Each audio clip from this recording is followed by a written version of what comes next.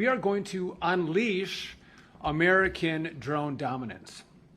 So President Trump not long ago introduced an executive order to make sure that the cabinet put this issue on the forefront, to make sure that we lean in to our airspace when it relates to drone technology. And the problem we have is that on the consumer drone market, China controls 90% of this market.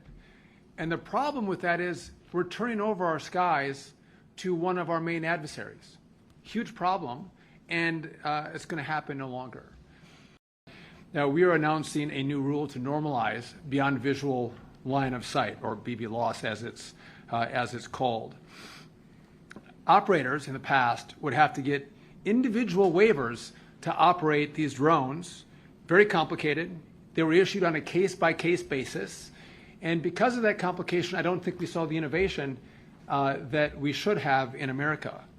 So with this rule, we are going to eliminate that prior process, and the approval will be done in a far different way. The rules are going to completely change in the way that drone use is going to be approved. And what this is going to do is, again, allow our innovators and businesses to continue to create and innovate and change the way our industry works with the use of these drones. So this is not a new concept. This has been discussed under Trump 1, under Biden, but we are in the race. We're in a race to the moon, in a race with China to the moon, and to have a base on the moon, we need energy. And some of the key locations on the moon, we're going to get solar power, but this fission technology is critically important. And so we've spent hundreds of millions of dollars studying, can we do it? We are now going to move beyond studying, and we've given direction to go, let's start to deploy our technology to move to actually make this a reality. We're not talking about massive technology. We're not launching this live. That's obviously, if you have any questions about that, no, we're not launching it live. But again, energy is important. And if we're going to be able to sustain life on the moon to then go to Mars, this technology is critically important. And I would just note that we're behind, right? If we're going to engage in the race to the moon and the race to Mars, we have to get our act together. We have to marshal all of our resources, all of our focus on going to the moon, which is what we're going to do. This is critically important.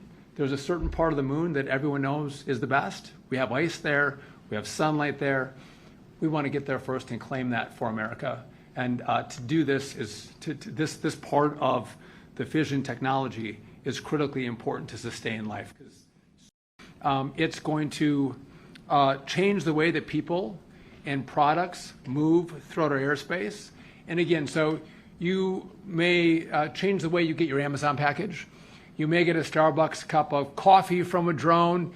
The way you get your products will fundamentally change.